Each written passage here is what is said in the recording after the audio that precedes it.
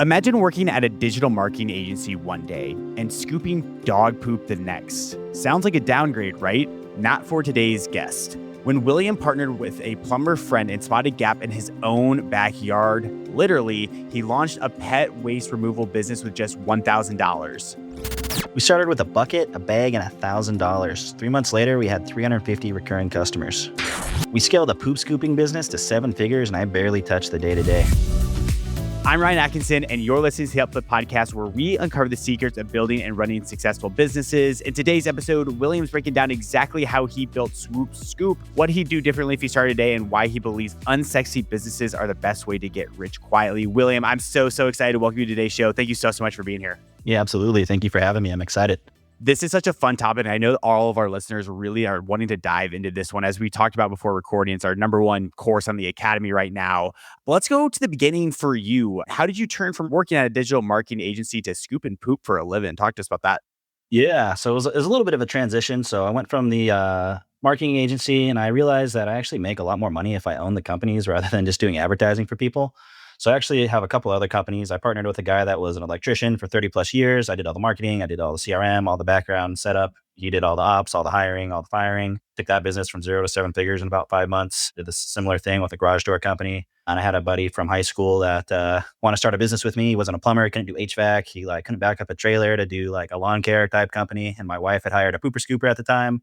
And they were super unprofessional, no uniforms, didn't show up on time. They billed everybody through Venmo. You can see the addresses of their clients and stuff on the Venmo account. And I thought, man, maybe we give this a shot and see what happens. I mean, you're running a whole lot of different stuff. I mean, you have the digital marketing background, you grew a company. What made you even consider pooper scooper industry after the success? Was it truly just the unprofessionalism? You saw that gap, or what specifically drew you to this? I saw there was an opportunity, and I definitely wanted to work with my friend because we had grown up together, elementary school, middle school, high school. So, and let's see if we can get him some money so he doesn't have to work a regular job and kind of do a business. Well, I'm glad we did because it's my biggest business by a lot now. I love it. And we're going to talk about how big this business is. So listeners, stay tuned for that. I want to go back to identifying that gap, being this is unprofessional. We got Venmo. What's that next step that you took to really get this off the ground? We had no idea what we were doing. There was no Upflip Academy or anything to tell us. So I remember at the beginning, Levi, my business partner, he was literally out in the backyard, scooping rocks because he didn't have a dog to try to figure out how long it would take. So we can kind of reverse engineer our pricing. That was a big step, kind of figuring out what we're doing, figuring out the offer, figure out the pricing. We then found a CRM that was actually dedicated for the pooper scooper industry. So we're kind of able to reverse engineer. Okay, here's how we should do our routing. Here's how we should do our billing. And we kind of just started piecing it together. That's really how things got started. And from the get-go, our market positioning, I wanted to be the most premium service possible. Nobody really knew that pooper scoopers were a thing. So I figured if we just had the best white glove service, great customer service, great branding, that would kind of carry us through. Let's talk about that premium service and pricing particularly. Before we do that, though, just to save everyone a quick Google search, what is that CRM that your team uses? Just to save everyone that. It's called Sweep and Go. Sweep and Go. Perfect. So listeners, there's your CRM for you. We're going to drop more tidbits here, but let's talk about that pricing model and the premium offering you have. I mean, how the heck do you know how to price this, and how should listeners think about pricing their own pooper scooper business? Yeah, so at the beginning, it was just a matter of how much time are we spending? How do we put a flat rate behind that? Because I hate charging people by an hourly rate, especially in the pooper scooper industry. I mean, because we're making over $100 an hour per man hour now. And if you were to tell customers that you're making that scooping up dog poop, it's probably not going to fly, right? So trying to make it a flat rate, try to make it as easy as possible. And then we also pre-bill all of our customers on a monthly subscription.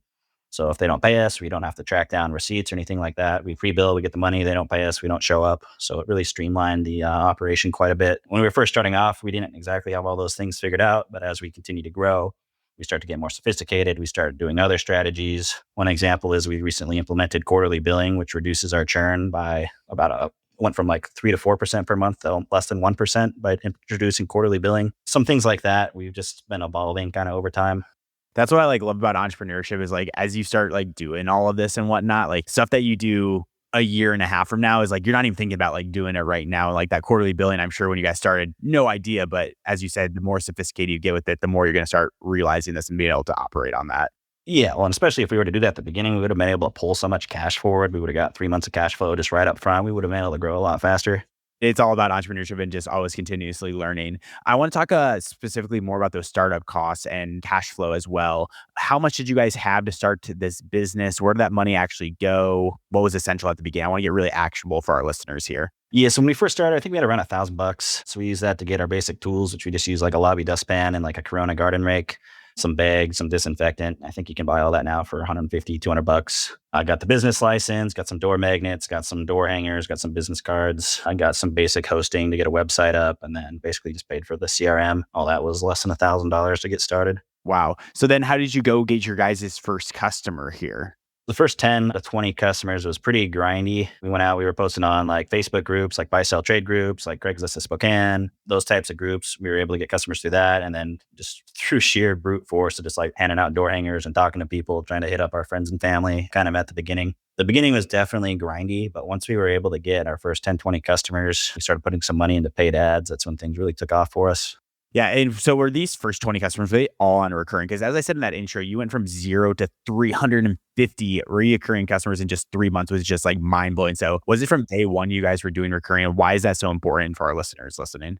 Yeah, day one, it was all recurring. So that was a big reason we chose this business model, just because you have the same customer month after month after month. The cash flow is consistent. You know what you're making. Then as we scale now, it's like even better because now we can manage labor. We know how many employees can handle X amount of customers, how many managers we need for X amount of employees. So we've been able to scale up. So that's a huge benefit and a massive advantage over the other companies I've worked in. The recurring revenue and then also not really having any cost of goods sold. We're just selling labor. I don't need any parts, which is another big thing. And then also hiring as we got bigger. I don't need to find like a journeyman electrician with 8,000 hours. We're just hiring somebody to go out and pick up dog poop. So it made it a lot easier to scale the business.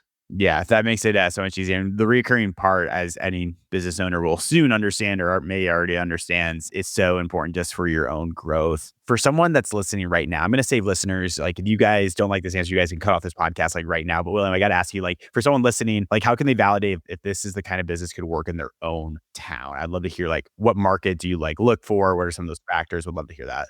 Yeah, well, I know I've talked to probably hundreds of people all over the country. You want to be in somewhat of a good sized town. If you live in a town with maybe less than 10,000 people, it's going to be a little bit tough to get a full route built up. We do work in some cities kind of on the edge of our service area with maybe 10,000 people. We still have 30, 40 customers there. So you can definitely still make some income, but it's going to be really hard to scale up. So if we're looking at new locations, opening up new locations, first thing we look at is if they're regionally close to us. And then we're looking at things like housing density. So we want a bunch of single family houses that typically have smaller yards that are really close to each other, because drive time is probably one of the biggest factors of profitability in this business. So we look at that. We try to look at like dog ownership percentage, and kind of an easy way for me to do this is I'll just go to like Facebook ads, type in people that like dogs. I'll put in whatever geo area and it'll kind of give me an idea of how many people I could target in any particular market. So that's one thing that I do before we open up in a new area. And then I also look at things like, okay, what's the median income? What's like the housing prices? If there's a big discrepancy there, we know people might have some extra money that they could spend on a service like that. So that's kind of high level, but kind of the main thing is if it's close to where we're at, right? I don't want to fly all across the country and have a location in Seattle and one in Orlando. That doesn't make sense right now. Yeah, absolutely. Well, you'll soon get there where you can fly private to go scoop poop. We're getting there slowly. Slowly but surely. I like that. I want to ask about that customer demographic because we've had someone on the podcast before. And one of my big takeaways from that was their demographic isn't the ultra wealthy. It's more of like the working class, because if you think about the ultra wealthy, the mom or dad is at home all day. So they don't really need this service. So I'd be curious, like more of your demographic. Yeah, no, it's definitely as far as like socioeconomic status, it is all over the board, which was pretty shocking to me. Like when we first started, some of our biggest routes were like in the worst neighborhoods for whatever reason. I went to a couple yards and they got like no grass or anything, but they're still hiring us to come pick up the dog waste, which was pretty surprising. But in general, I think now that we've raised our prices, we're kind of a more premium brand. It's kind of that, middle class females in their 30s and 40s is our top demographic. About 70% of our clients are females that sign up for the service. Wow, that is super, super interesting. That's a good note. So listeners, rewind that and take notes on that because that's a really good tidbit there. But Williams, I want to ask the pricing as well. So like, is this $100 a month? Is it $200 a month, 300? I mean, like, what are you actually like charging people here? Yeah, so our first location, a little cheaper market. So right now, on average, our customer pays us about $105 a month. Then in our Seattle market, it's closer to $125 a month. That's a little bit of a premium. And one thing that we do to increase our conversion rate is we have an online quote tool where people can just sign up for services. We'll actually present the per visit price versus the monthly price and just let them know it's billed monthly. That actually increases our conversion rate.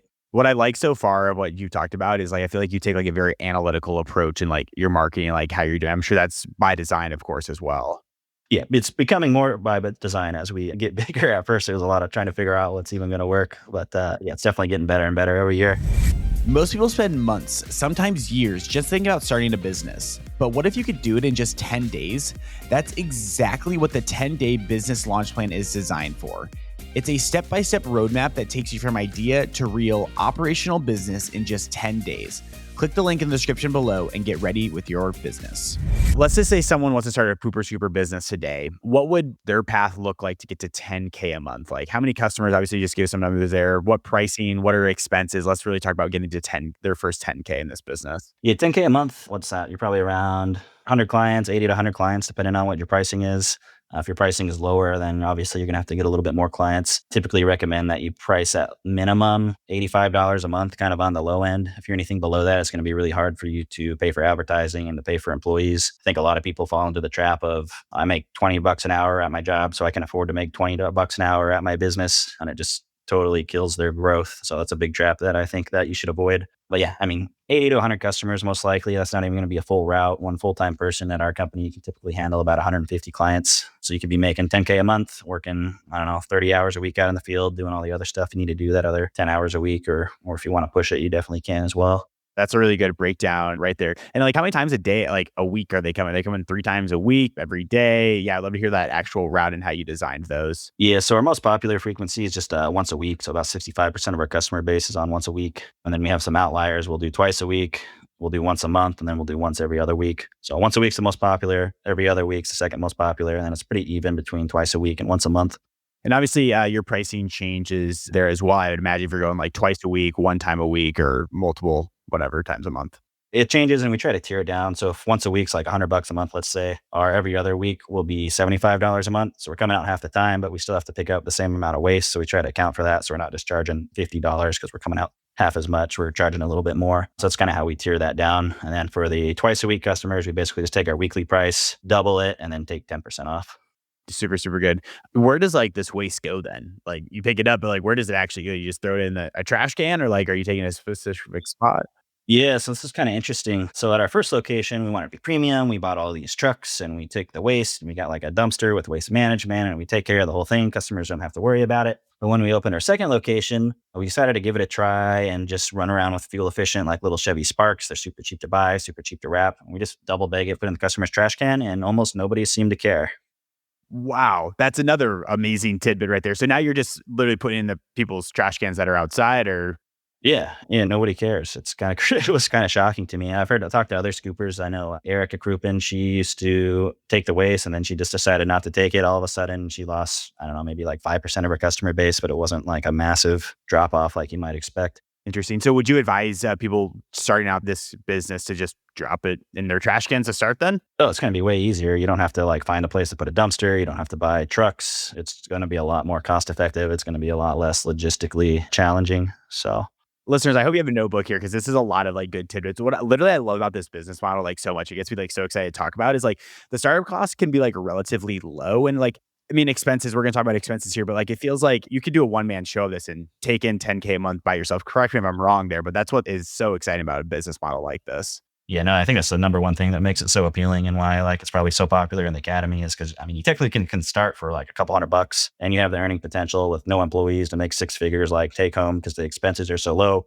Once you get your customers, you don't have to pay for marketing. CRM super cheap. There's no equipment. It's just basically selling your labor. So it's pretty awesome, actually. It would be too good to be true other than the dog poop. Yeah.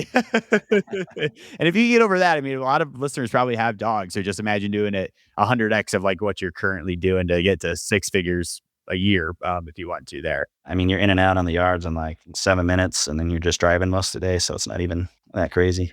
Oh man, that is just so, so crazy. I want to ask about those like expenses though. I mean, you just kind of hinted to them that like they are a little bit lower than, I mean, other industries, other services that you could provide. I mean, like what are your actual expenses? Can you give us like dollar figures here, percentages here? Yeah, it's going to depend on what size of company you are. So obviously, like our expenses and profit margin is going to be a lot lower than a solo operator. If you're solo ops, I mean, you can be running 80%, 70, 80%. I wouldn't be surprised, maybe even higher. At scale, I try to shoot for at least like a 30% net. Our biggest expenses are labor and probably marketing, I would say. So, I mean, you got fuel, insurance, and all that other stuff, but every business has that stuff. So But like truly, if you are going to do this as like a solopreneur, I want to talk to specifically these people start at like ground zero. If you are going to be a solopreneur in this, it sounds like, like gas, like transportation, of course, you need a rake, you need like you don't even need a dumpster, but like those sounds like the big expenses just to start out with. I mean, if you spent $1,000 on gas and their car payment and stuff, like you could probably get away with that like pretty reasonably.